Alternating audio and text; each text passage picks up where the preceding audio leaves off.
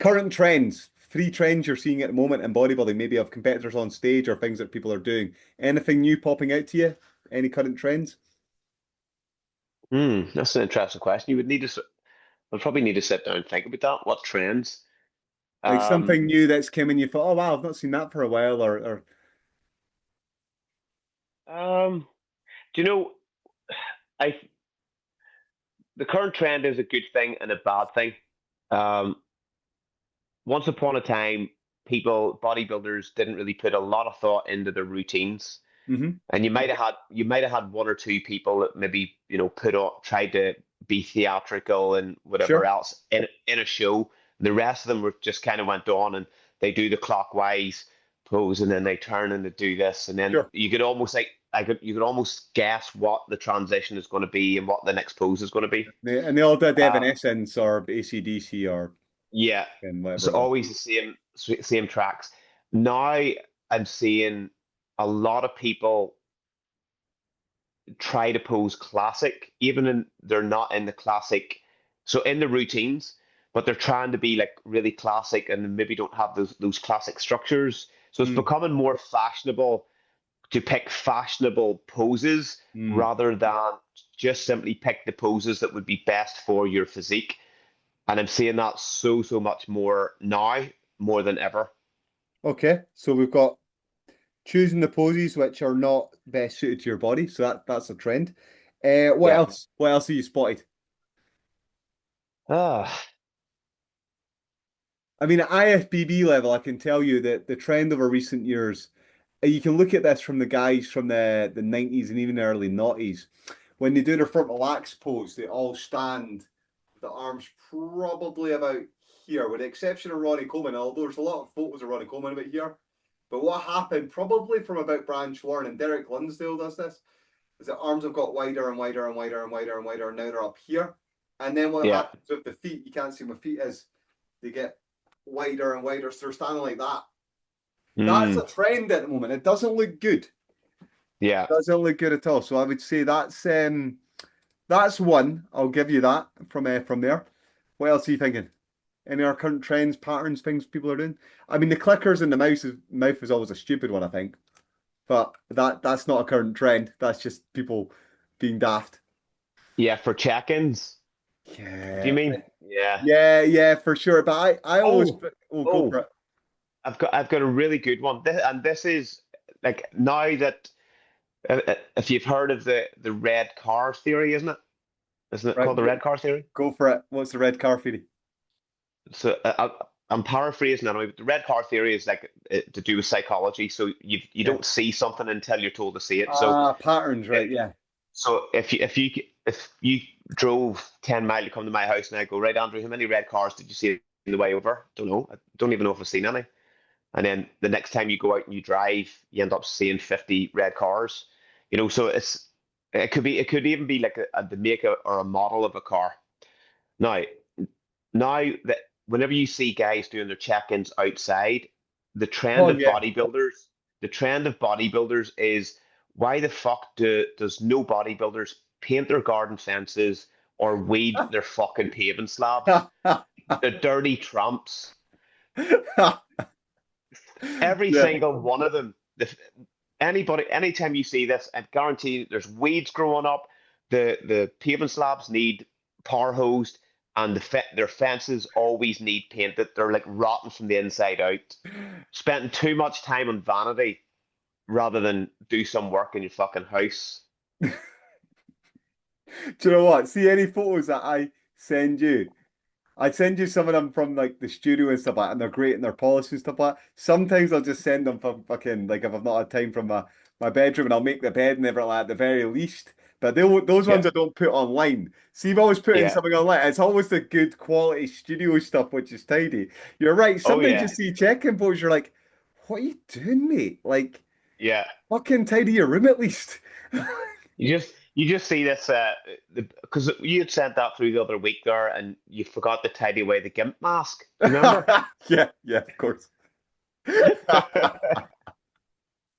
Right, I've got this example here. You'll like this, right? You'll like this. Here you go. This is for example, if you go what I was talking about with the posing. Derek Lumsford, look at that. Like, what's he doing? Look at his Yeah, it's stance. It's terrible. yeah. So you've got Mm. this. In fact, here's somebody remarking about it as well. But then on the left hand side here, I mean, like here's Dorian Yates. Like, look at the Yeah, difference. but yeah, but he's Dorian Yates. But I can Like, show you like here's another one. That's Ronnie Na Coleman. Nasser was incredible. Like, yeah, they all posed reasonably similar back then. I think back in the 90s. Yeah. So there's definitely a trend there. I think, but Derek's definitely one of the only ones that does that. He's got really wide feet, and we understand why. Like, he doesn't have the biggest sweep, but he's got quite overdeveloped adductors. So he knows that he can still close off the thigh gap by taking his feet like about a foot and a half apart, which it still doesn't look good. Mm. But Um, on trend, I see guys in my gym doing it. So I can mm, also see them. I'm like, what are you doing? It's just like yeah, it doesn't look good. It doesn't look good. So we're seeing that the lack of fence painting. We're seeing that the fashionable posing from there. What about foods or anything like that? Are people doing anything, any new magic foods that you detected or anything like that, or is it still the same olds? I think like the last real fad and what from what I've seen was the cream of rice era, and Are we, people we still all doing that though? yeah, there's still people doing cream of rice. I've had people that's ended up coming on board with me, and it's a staple in their diet. And I'm like, you do realize how nutritionally redundant that this food actually is, and people just want things to be ultra palatable, even if they're not particularly filling. Hmm. And this is all part of this sort of gratification. People just want to have something that they can Yeah. have a party in their mouth, and it's like hyper flavored, and it's filled with sugar, sweeteners, everything in between.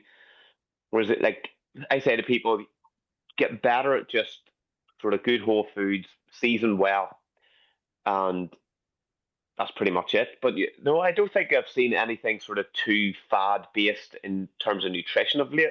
What about yourself?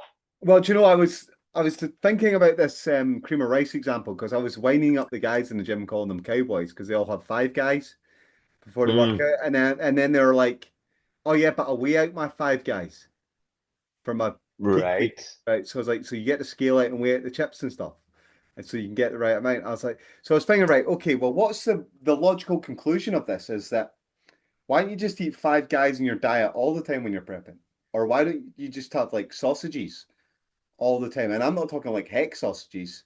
I'm talking about just Yeah. like Lauren sausages. Because if you're saying that the type of food that you eat doesn't matter, then just that all that matters are the nutrients and the food Mm, item. Then just eat whatever you want. But then you're yeah. going to be a hypocritical and just not do that. Why are you bothering having chicken and rice when you could just have black pudding buns with square sausage on it all the time? Because you get your protein from that, right? Yeah. Yeah. So no, that's where this train of thought has been going on this. I mean, the current trends into the food industry. I put a post up about this the other day. Is high protein products. So everything's got a little label on it, and you've seen it. It says 20 grams of protein, 25 grams of protein, and it's really a consumer thing more than anything that food companies have realized that consumers are looking for a high protein product to be healthy because obviously the perception of health associated with it from there. But the reality is that your supermarket own brand low fat cottage cheese or yogurt that doesn't have the 20 gram of protein label on it is not necessarily any less in protein than the Graham's yogurt, which has got the 20 grams of protein label on it. It's just that you're Yeah. paying for the marketing and stuff like that. So that's definitely a trend.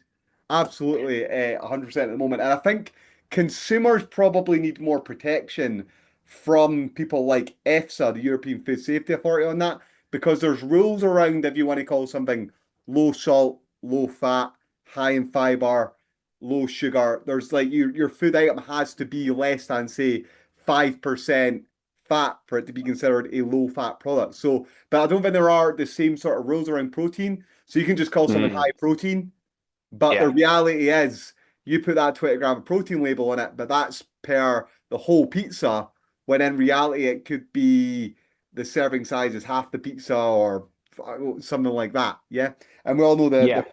the issues with food labels.